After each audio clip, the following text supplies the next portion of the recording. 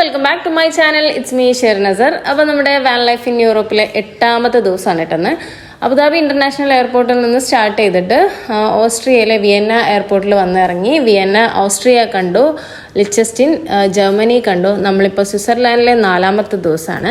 അപ്പോൾ ഇന്ന് നമ്മൾ നേരെ പോകുന്നത് ലുസേൺ എന്ന് പറഞ്ഞുള്ള സിറ്റിയിലുള്ള ഒരു ചാപ്പൽ ബ്രിഡ്ജ് കാണാനാണ്. അപ്പോൾ ലുസേൺ സിറ്റിയിൽ നമ്മൾ ഈ ഒരു ക്യാമ്പർ വാൻ പാർക്ക് ചെയ്യാൻ പറ്റില്ല. അപ്പോൾ നമ്മൾ ക്യാമ്പർ വാൻ പാർക്ക് ചെയ്യാൻ പറ്റിയുള്ള ഒരു സ്ഥലം ഇവിടെ കണ്ടുപിടിച്ച് ഇവിടെ പാർക്ക് ചെയ്ത് നമ്മളിങ്ങനെ ചാപ്പൽ ബ്രിഡ്ജ് കാണാൻ ഇങ്ങനെ സ്റ്റെപ്പൊക്കെ ഇറങ്ങി പോയിക്കൊണ്ടിരിക്കുകയാണ്. ഇത് അത്യാവശ്യം നടക്കാനുണ്ട്. നമ്മൾ കാർ പാർക്കിംഗ് എന്ന് ഏകദേശം ഒരു 10-20 മിനിറ്റോളം നടന്നു പോയിട്ട് വേണം എത്താൻ. ഓക്കെ, കുറേ സ്റ്റെപ്സ് ഒക്കെ ഉണ്ട് കേട്ടോ, പോയി നോക്കാം. ലുസേൺ സിറ്റിയിലാണ് ഈ ഒരു ചാപ്പൽ ബ്രിഡ്ജ് ഉള്ളത്. അപ്പോൾ ലുസേൺ സിറ്റിയിൽ മോട്ടോർ ഹോമിന് പാർക്കിംഗ് സ്പേസ് ഇല്ലാത്തതിനെ കൊണ്ട് നമ്മൾ മോട്ടോർ ഹോം പാർക്ക് ചെയ്യുന്ന ഒരു സ്പേസിൽ പാർക്ക് ചെയ്തിട്ട് നമ്മളൊരു ഹൈക്കിംഗ് സ്പോട്ടിലൂടെ നടന്നു പോയിക്കൊണ്ടിരിക്കുകയാണ് കേട്ടോ. അത്യാവശ്യം നല്ല ഹൈക്കിംഗ് ആണ് കേട്ടോ. നമ്മൾ ഈ ക്യാമ്പർ വാൻ ആയതിനെ കൊണ്ടാണ് നമുക്ക് ഇങ്ങനെ ചെയ്യേണ്ടി വന്നത്. മോട്ടോർ ഹോമിനുള്ള പാർക്കിംഗ് ഈ ഒരു ലുസേൺ സിറ്റിയിലില്ല. അപ്പം സ്വിറ്റ്സർലാൻഡിൽ വരുന്നവർ ഒരു മസ്റ്റ് വിസിറ്റ് പ്ലേസ് തന്നെയാണ്. കാരണം അത്രയും ചരിത്ര പ്രധാനമായിട്ടുള്ള ഒരു സ്ഥലമാണ് കേട്ടോ. സൂറിക് സിറ്റിയിൽ നിന്ന് ഏകദേശം 50 കിലോമീറ്റർ മാത്രമാണ് ഈ ഒരു ഫേമസ് ആയിട്ടുള്ള ഈ ഒരു ലുസേൺ സിറ്റിയിലേക്ക് ഉള്ളത്. അപ്പം ചാപ്പൽ ബ്രിഡ്ജ് ഉള്ളതിനെ കൊണ്ടാണ് ഈ ഒരു സിറ്റി ഇത്രയും ഫേമസ് ആയതെന്നാണ് പറയുന്നത്.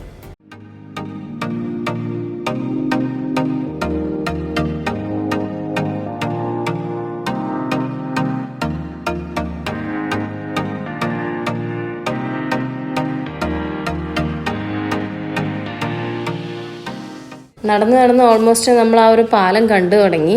ഈ ഒരു ലേക്കിനെ ക്രോസ് ചെയ്യുന്ന രീതിയിലാണ് ഈ ഒരു പാലം നിൽക്കുന്നത് കേട്ടോ. ആ ദൂരെ കാണുന്നതാണ് ആ ഒരു പാലം. നമുക്ക് അങ്ങോട്ടേക്ക് നടന്നു പോവാം കേട്ടോ. നല്ല ബ്ലൂ വാട്ടറാണ്, നല്ല ക്ലിയർ വാട്ടർ. നമുക്ക് അതിൻ്റെ താഴെയുള്ള പായലുകൾ വരെ നമുക്ക് കാണാൻ പറ്റുന്നുണ്ട്.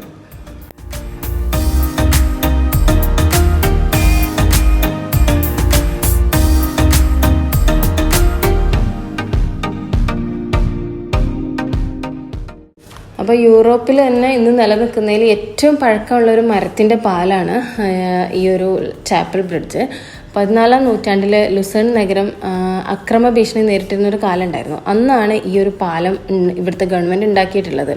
അന്ന് ആ കാണുന്ന ഗോപുരത്തിൻ്റെ അകത്ത് അവർ പട്ടാളക്കാർ കാവൽ നിൽക്കുക, അതുപോലെ അവരൊരു വാച്ച് ടവറൊക്കെ ആയിട്ടാണ് ഈ ഒരു പാലത്തിന് അവർ യൂസ് ചെയ്തിരുന്നത്. അതിനേക്കാളും ഉപരി എന്ന് പറഞ്ഞിട്ടുണ്ടെങ്കിൽ ഇതിനകത്ത് പിന്നെ തടവുകാരെ സൂക്ഷിക്കുന്നതിന് വേണ്ടിയിട്ടും അതുപോലെ അവരെ പീഡിപ്പിക്കുന്നതിന് വേണ്ടിയിട്ടുമൊക്കെ ഉപയോഗപ്പെടുത്തിയിരുന്നു ഈ പാലം എന്നാണ് പറയുന്നത്. പിന്നെ ഏകദേശം 160 മീറ്ററാണ് ഇതിൻ്റെ ടോട്ടൽ നീളം എന്ന് പറഞ്ഞിട്ടുണ്ടെങ്കിൽ. 1333 നിർമ്മിച്ച ഈ ഒരു പാലം 1993 വരെ ഒരു കേടുമില്ലാതെ അവർ നിലനിർത്തിയിരുന്നെന്നാണ് പറഞ്ഞത്. ഏകദേശം 660 വർഷം. പിന്നീട് 1993 ഒരു തീപിടുത്തം ഉണ്ടായപ്പം അതിൽ ഈ പാലത്തിൻ്റെ 1/4 ഭാഗം നശിച്ചുപോയി. പിന്നെ ഇവിടുത്തെ ഒരു ഗവൺമെൻറ് യുദ്ധകാലാടിസ്ഥാനത്തിൽ ഇത് പുനർനിർമ്മിക്കുകയാണ് ചെയ്തത്. ഒരുപാട് ബോളിവുഡ് സിനിമകളുടെ ഷൂട്ടിംഗ് നടന്നിട്ടുണ്ട് കേട്ടോ ഈ ഒരു പാലത്തിൻ്റെ മുകളിൽ വെച്ചിട്ട്. ഈ പാലത്തിൻ്റെ ഓരോ തൂണിലും ഓരോ പെയിൻറ്റിങ്സ് ഉണ്ട്, മുകളിൽ കണ്ടല്ലോ. അപ്പം 158 പെയിൻറ്റിങ്സാണ് ഉണ്ടായിരുന്നത്. അത് ആ ഒരു തീപിടുത്തത്തിന് ശേഷം അത് 25 പെയിൻറ്റിങ്സായി മാറിയെന്നാണ് പറയുന്നത്. അത്രയും കുറഞ്ഞു. 1726 ഈ പെയിൻറ്റിങ്സ് ആരെങ്കിലും കട്ടുകൊണ്ട് പോകുന്നുണ്ടോ എന്ന് നോക്കാൻ വേണ്ടിയിട്ട് ഇവർ വാച്ച്മാൻ വെച്ചിരുന്നെന്നാണ് പറയുന്നത്. അത്രയും ഇമ്പോർട്ടൻ്റ് ആയ പെയിൻറ്റിങ്സാണ്. അടിപൊളിയാണ് കേട്ടോ. ഇങ്ങനെ നമ്മൾ ചാപ്പൽ ബ്രിഡ്ജ് കണ്ട് തിരിച്ച് കയറുകയാണ്. പറഞ്ഞ പോലെ തന്നെ തീരെ കയറാൻ പറ്റുന്നില്ല. കാലിൻ്റെ അടിഭാഗമൊക്കെ അതങ്ങനെ കുഴഞ്ഞു വെച്ച്.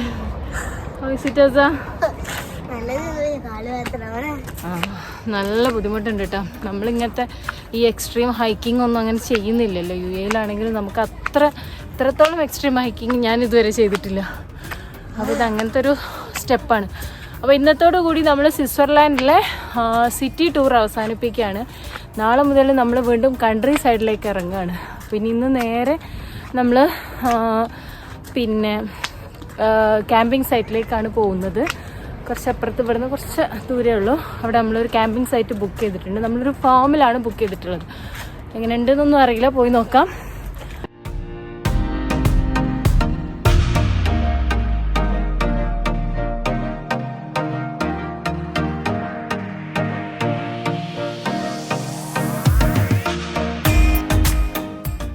അങ്ങനെ അങ്ങനെ വളരെ ചരിത്രപ്രധാനമായിട്ടുള്ള ഒരു ബ്രിഡ്ജൊക്കെ കണ്ട് നമ്മളിനി നേരെ ക്യാമ്പിംഗ് സൈറ്റിലേക്ക് പോവുകയാണ്. അപ്പോൾ നമ്മൾ ബെക്കൻഹെയ്ഡ് എന്ന് പറഞ്ഞിട്ടുള്ള ഒരു സിറ്റിക്ക് അടുത്തുള്ള ഒരു ചെറിയ ഗ്രാമത്തിലാണ് ഇന്നത്തെ നമ്മുടെ ക്യാമ്പിംഗ് സൈറ്റ് ബുക്ക് ചെയ്തിട്ടുള്ളത്.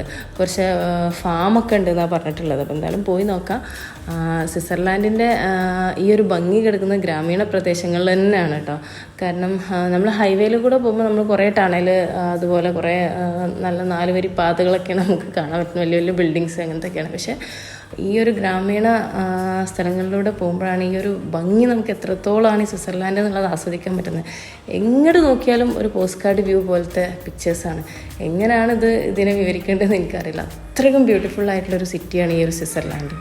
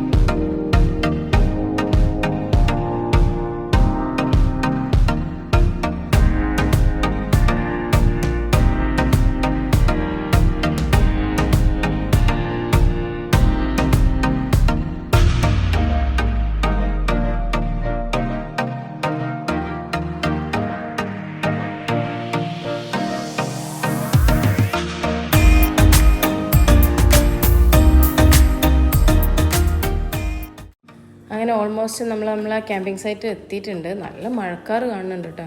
എന്താണ് അവസ്ഥ എന്നറിയില്ല. ഭയങ്കര ടൈറ്റ് റോഡാണ്. ഭയങ്കര സ്ലോ ആയിട്ട് പോവുകയാണ്. അപ്പോൾ ഇവിടെയാണ് നമ്മുടെ ക്യാമ്പിംഗ് സൈറ്റ് ലൊക്കേറ്റ് ചെയ്ത് കാണുന്നത്. ഒരു ഫാമിൻ്റെ സൈഡിൽ എന്നൊക്കെയാണ് പറഞ്ഞിട്ടുള്ളത്. എന്തായാലും നോക്കാം. അപ്പോൾ നമ്മളിന്ന് ഇവിടെയാണ് ക്യാമ്പർ വാൻ പാർക്ക് ചെയ്തിട്ടുള്ളത്. ഈ കാണുന്ന ലേഡീൻ്റെതാണ് ഈ ഒരു ക്യാമ്പിംഗ് സൈറ്റ് എന്ന് പറഞ്ഞിട്ടുണ്ടെങ്കിൽ എന്തൊരു ഭംഗിയാണെന്നറിയോ. എങ്ങനെയാണ് ഇതിനെ വിവരിക്കേണ്ടതെന്നുള്ളത് എനിക്കറിയില്ല. സ്വിറ്റ്സർലാൻഡിൻ്റെ ഏറ്റവും ബ്യൂട്ടിഫുൾ ആയിട്ടുള്ള സ്ഥലങ്ങളൊക്കെയാണ് ഇതൊക്കെ. പച്ചപ്പ് നിറഞ്ഞ മലകളൊക്കെ അടിപൊളിയാണ്. ആ കാണുന്ന സിറ്റിയിൽ നിന്ന് മൗണ്ടൻ ടോപ്പിലേക്ക് കേബിൾ കാർ സർവീസും അവിടെ കുറേ ആക്ടിവിറ്റീസൊക്കെ ഉണ്ട്. അപ്പോൾ നാളെ അത് ചെയ്യണം. അപ്പോൾ എന്തായാലും ഇന്നത്തെ വീഡിയോ അവസാനിപ്പിക്കുകയാണ്. ഇനി കുക്കിങ്ങൊക്കെ നോക്കാം. ഇന്ന് നമ്മൾ നല്ല ഫ്രഞ്ച് ഫ്രൈസ് ഉണ്ട്. ഫ്രഞ്ച് ഫ്രൈസ് കെച്ചപ്പ് ഉണ്ട്.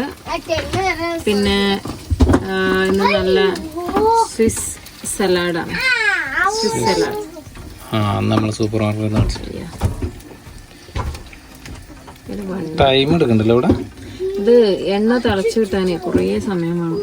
ഇത് തിളച്ചിട്ടാണ് ഇട്ടത്. പക്ഷെ ഫ്രഞ്ച് ഫ്രൈസ് നമ്മൾ തണുപ്പുള്ള കാരണേ വീണ്ടും അതേ രൂപത്തിക്കായി. പക്ഷെ ഇന്നത്തെ ഹൈലൈറ്റ് നമ്മൾ നിൽക്കുന്ന സ്ഥലം അല്ലേ, ഒരു രക്ഷയില്ലാത്ത വൈബ് സ്ഥലം.